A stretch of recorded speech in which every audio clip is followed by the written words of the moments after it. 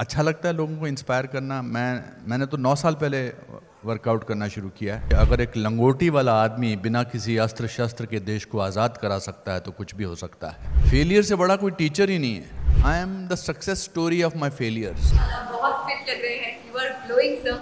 और लाइफ में आपके रिवर्स गियर कैसे लगा पा रहे हैं? आई एम श्योर अगर आप अपना सीक्रेट हमें बताएंगे, कुछ टिप्स देंगे तो lot of people are going to thank me letter.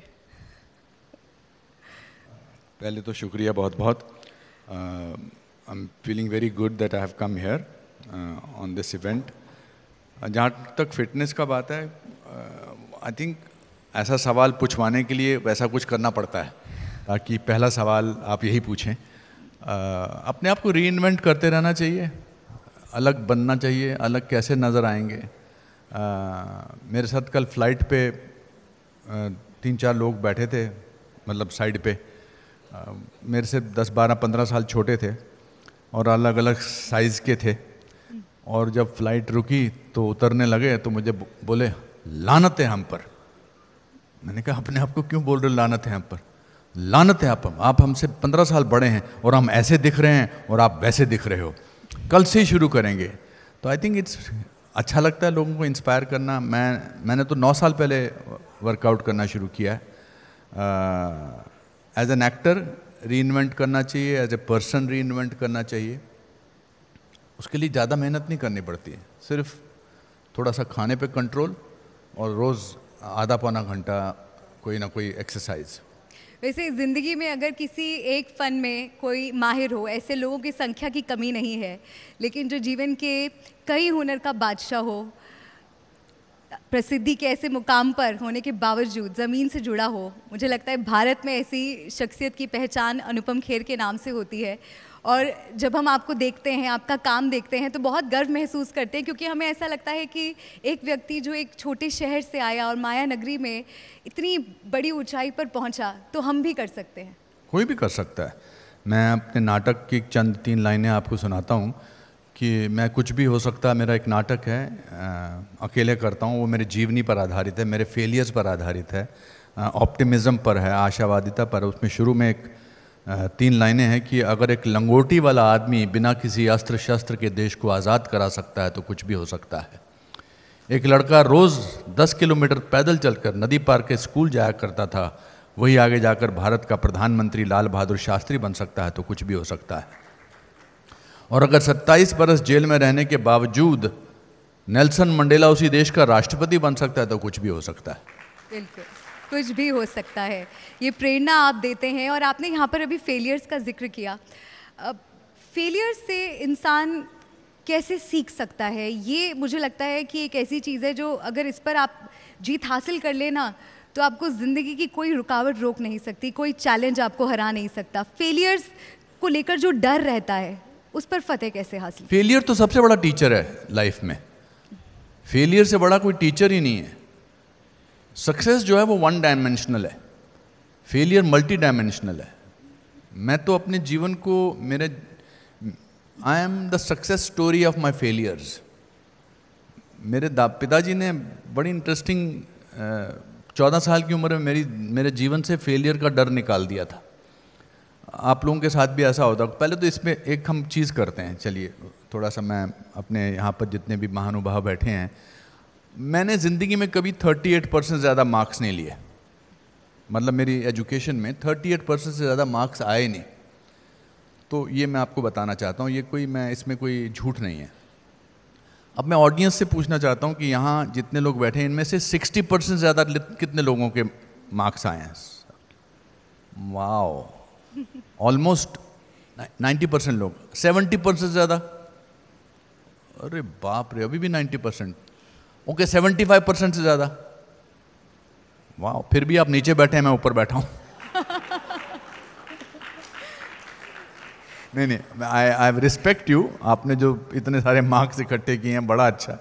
आप तो भाई साहब बहुत ज़ोर ज़ोर से ऊपर, आपको नहीं लगता था ये बोलने वाला हूँ मैं। तो 9th स्टैंडर्ड में था मैं, और उन दिनों अब पता नहीं ऐसा होता कि नहीं कि घर वालों से रिपोर्ट कार्ड पे साइन करवाने पड़ते थे। बिल्कुल होता। अभी भी होता है? Very good. तो मैं हमेशा हिचकिचाता था कि पिताजी को मैं ऐसे मौके पर ढूंढूं जब वो जल्दी में हों, जब वो जल्दी में हो तो मैं अपना रिपोर्ट कार्ड उनको दे दूं और वो बिना देखे साइन कर दें। आमतौर पे ऐसा होता था। तो 9th में मैं एक दिन उनको रिपोर्ट कार्ड पढ़ाई, वो बाहर जा रहे थे, फिर उनको सडनली याद आया कि वो स्टोर की चाबी भूल गए हैं ऑफिस के। तो फिर उन्होंने वो रिपोर्ट कार्ड देखी और देख के बोले कि तू 59th आया है क्लास में? मैंने कहा हाँ जी। बोले स्टूडेंट्स कितने टोटल? मैंने कहा 60।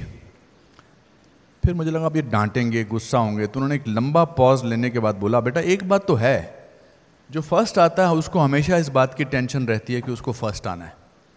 वो सेकंड भी आता है तो उसको लगता है उसका डिमोशन हो गया। लेकिन जो 59th आता है वो 48th आ सकता है, 37th आ सकता है, 24th आ सकता है। एक काम करना, अगली बार 48th आना। और फिर एक छोटा सा पॉज लेने के बाद उन्होंने बोला, याद रखना बेटा, failure is an event, never a person. Event fail होता है, पर्सन फेल नहीं होता है। तो आई थिंक जब 14 साल के बच्चे की ज़िंदगी से उसके पिताजी ही ये फेलियर का डर निकाल दें। अभी आपकी डिजिटल टीम ने मुझसे पूछा कि आपका रियल हीरो कौन है, तो मैंने अपने पिताजी का नाम बताया था। बिकॉज जो सीख हमारे माँ बाप नहीं दे पाते हैं और डरा के रखते हैं, आजकल के बच्चों को फेलियर से बहुत डराया जाता है, बहुत कि ऐसा ज़िंदगी में फेलियर। और ऊपर से तो आजकल हर कदम पे आपको ऐसा महसूस कराया जाता है कि somebody is doing better than you.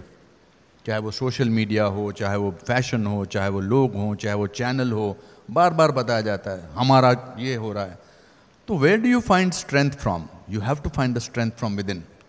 तो आई थिंक छोटे शहर का आने से मुझे ये फ़ायदा हुआ, संयुक्त परिवार रहने से मुझे ये फ़ायदा हुआ कि लोग फेलियर को हवा नहीं बनाते थे। I think that is the biggest strength that I have over other people.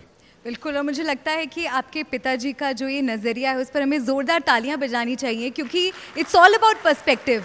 वो कहते हैं ना sir, glass is either half full और हाफ एम्प्टी। आप उसे किस तरह से देखते हैं ये आप पर निर्भर करता है, और फेलियर्स को इस तरह से देखने का तरीका मुझे लगता है ये काबिल तारीफ़ है। और ऐसा ही कुछ हमने आपकी फिल्म दिलवाले दुल्हनिया ले जाएंगी में भी देखा था, जब शाहरुख खान फेल होकर आते हैं और आप कहते हैं अरे तू तो लंदन में फेल हुआ है, हम तो इंडिया में फेल हुए थे, and you actually celebrated his failure. ये एक्चुअल मेरी लाइफ का किस्सा फिल्म में डाला है। अगर आप वो फिल्म अभी दोबारा देखेंगे तो जब उस फिल्म की शूटिंग हो रही थी तो उसमें मैं कहता हूँ कि ये मेरे ताया जी हैं, ये मेरे पिताजी हैं जो इतनी बार फेल हुए, और हम लोग तो हिंदुस्तान में फेल हुए हैं, तुमने तो लंदन में फेल होकर दिखा दिया। तो मैंने यश जी से एक रिक्वेस्ट की, मैंने कहा यश जी मैं क्या ना मैं अपने ताया जी, अपने असली ताया जी, अपने असली पिताजी, अपने असली चाचा जी का नाम लिख सकता हूँ कि ये ऐसे ऐसे हैं? तो उन्होंने, मेरे को क्या फ़र्क पड़ता है। तो मैंने कहा ये पंडित द्वारकानाथ जी हैं, ये 8वीं में 7 बार फेल हुए थे, जो सच है। मेरे चाचा जी 8वीं में 7 बार फेल हुए थे और 8वीं बार उनको कंपैशनेट ग्राउंड पे प्रमोट कर दिया गया था, क्योंकि क्लास के बाकी बच्चे उनको अंकल बुलाने लगे। ये ब्रिजनाथ जी हैं, जो जब फिल्म रिलीज़ होने लगी तो उससे 10 दिन पहले हमने फिल्म देखी, तो मैंने सडनली रियलाइज़ किया, ओ माय गॉड, मेरे ताया जी और चाचा जी तो बड़े गुस्से हो जाएंगे कि ये तूने हमारा नाम लिया। तो मैंने सबको ख़त लिखा, मैंने कहा सॉरी चाचा जी, सॉरी ताया जी, मैंने आपके बारे में ऐसा बोला है कि आप बहुत बार फेल हुए हैं, तो प्लीज़ बुरा मत मानना फिल्म देख के। तो जब फिल्म लगी तो सबकी चिट्ठियाँ आई, बोले थैंक यू, तूने हमको फेमस कर दिया। So I think it comes from the family. अच्छा, एक्टर्स बहुत अच्छे ऑब्जर्वर्स होते हैं, तो आपको अगर अपने बचपन में कुछ ऐसे लोगों से मिलना, कोई टीचर हो या कोई घर का कोई सदस्य हो जिनके कुछ एक अनोखे अंदाज को आपने कभी मिमिक करने की कोशिश की हो या आपने किसी रोल में उसे उतारने की कोशिश की हो, ऐसा कोई? मेरी तो सारी ऑब्जर्वेशन आई मेरे टीचर से हैं, मेरे माता पिता से है। The first lesson of acting comes from people around you. मैं अपने इस प्ले में ये भी बोलता हूँ, हमारे एक टीचर थे ज्योग्राफी के, उनकी लाइफ में हमेशा ये एक्साइटमेंट रहता था कि आज पीटूंगा कैसे। हम तो उस स्कूल में गए जहाँ पिटाई बहुत होती थी, आजकल तो आप घूर के भी नहीं देख सकते स्टूडेंट्स को। तो वो अजीब से थे, बलदेव दीप था उनका नाम। तो वो जिस दिन मूड में होते थे आज पीटना है तो उल्ट पटांग सवाल करते थे, जैसे बोलते थे इधर आ जा, यहाँ खड़ा हो जा, ये बता, और ऐसे हाथ रखते थे, ये बता भारत एशिया में है या एशिया भारत में है? तो आप बड़े आराम से उनको बोलते थे जी भारत एशिया में। कहता सोच के बता, सोच के बता कि भारत एशिया में है या एशिया भारत में है। फिर आप सोच के बताते थे, ये मेरे हिसाब से तो भारत ही एशिया। मैं कह रहा हूँ सोच के बता, फिर आपको यकीन हो जाता था कि भारत एशिया में कैसे हो सकता है सर, एशिया ही भारत में है। फिर आप मुर्गा बनते थे, आपके वो पीछे 4-5 डंडे मारते थे। तो हमारे ये सब यहीं से एक्टिंग की क्लासेस शुरू हुई थी। मेरे पिताजी की भी अपनी अपनी आदतें थी। मैं अपने एक्टिंग स्कूल में एक्टर प्रिपेयर में सबसे पहले स्टूडेंट्स को यही बोलता हूँ कि observe your teachers and observe your family members, they are the best material for learning acting. बिल्कुल, और लर्निंग की आपने बात करी तो बहुत से यंगस्टर्स, नए कलाकार आपको देखकर बहुत कुछ सीखते हैं, लेकिन आपके बारे में एक बात है that you don't like to be called veteran, या आप लाइफ टाइम अचीवमेंट अवार्ड्स लेना पसंद नहीं करते। क्या आपको लगता है कि अभी आपको और सीखना है और बहुत कुछ अचीव करना है? अभी तो शुरुआत हुई है, कैसी बातें कर रही हैं आप। अभी ये वेटरन एक्टर आए हैं, देखिए बैठे हुए दाढ़ी में। मैं तो यंगस्टर हूँ इनके सामने, सीरियसली इनसे कितना सीखता हूँ मैं। नहीं, I am not trying to be patronising. I learn so much from you, because if you learn from your youngsters you have a long way to go. तो मैंने सबको बोल के रखा है और आज आपको भी बोलता हूँ ये आपके सामने कि अगले 15 साल तक सोचना भी मत मुझे लाइफ टाइम अचीवमेंट अवार्ड देने के लिए, नहीं चाहिए मुझे। बिकॉज ये लोगों का तरीका होता है आपको ये महसूस कराने का कि आपने बहुत सारा काम कर लिया है, अब आप लाइफ टाइम अचीवमेंट ले जाओ और फिर walk into the sunset. My son is just rising, so I will be working here for a long time before I accept any lifetime achievement award. Amazing thought sir. और चलते चलते बस एक सवाल मैं आपसे लेना चाहूँगी कि आज महाकुंभ का शुभारंभ हुआ है, आगाज़ हुआ है, पूरी दुनिया भारत की ओर देख रही है, भारत पहुँच रही है इस महाअवसर का हिस्सा बनने के लिए। आपको क्या लगता है कि हमारे देश के लिए कितना गौरवशाली क्षण है? कौन सा जी, किसके बारे में? महाकुंभ की मैं बात। अरे मैं जा रहा हूँ महाकुंभ, मैंने अभी दोपहर को फाइनल किया है। I think it is the once in a lifetime event, not even event, ये तो सांस्कृतिक हमारी उपलब्धि है, इसको क्या कह लीजिए। ये ज़मीन पर एक ऐसा तिलक है, कमाल का है। इतने सारे लोग इतने सालों से चला आ रहा है ये कुंभ का मेला या कुंभ का जो एक समूह है, it's a spiritual purgation, spiritual feeling of great importance. I think ये पर्व जो है जितनी शान से मनाया जाए उतना कम है। ये पर्व सिर्फ रिलीजियस लेवल का नहीं है, ये पर्व टुगेदरनेस का है, ये पर्व आत्मीयता का है, ये पर्व शांति का, ये पर्व कैसे जुड़े रहने का है, ये पर्व डिसिप्लिन का है। 15 लाख लोगों ने कल वहाँ स्नान किया। 15 नहीं, 1 करोड़ 15 या 15, 1 करोड़ 15, 1 करोड़ को पार कर गई, 15 मिलियन। हाँ, मैं हिसाब में इसीलिए तो 30% मार्क्स आते थे। So I think it's something as Indians we should be very very proud.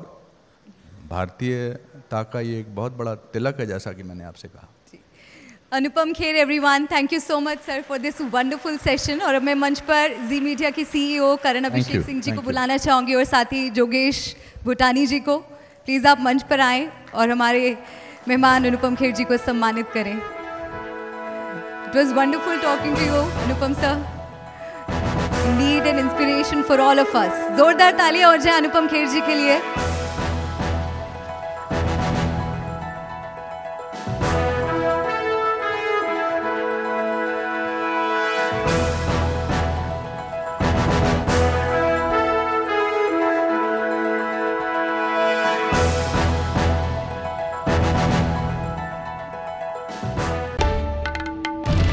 বাংলার আওয়াজ, বাঙালির আবেগ, জি 24 ঘন্টা।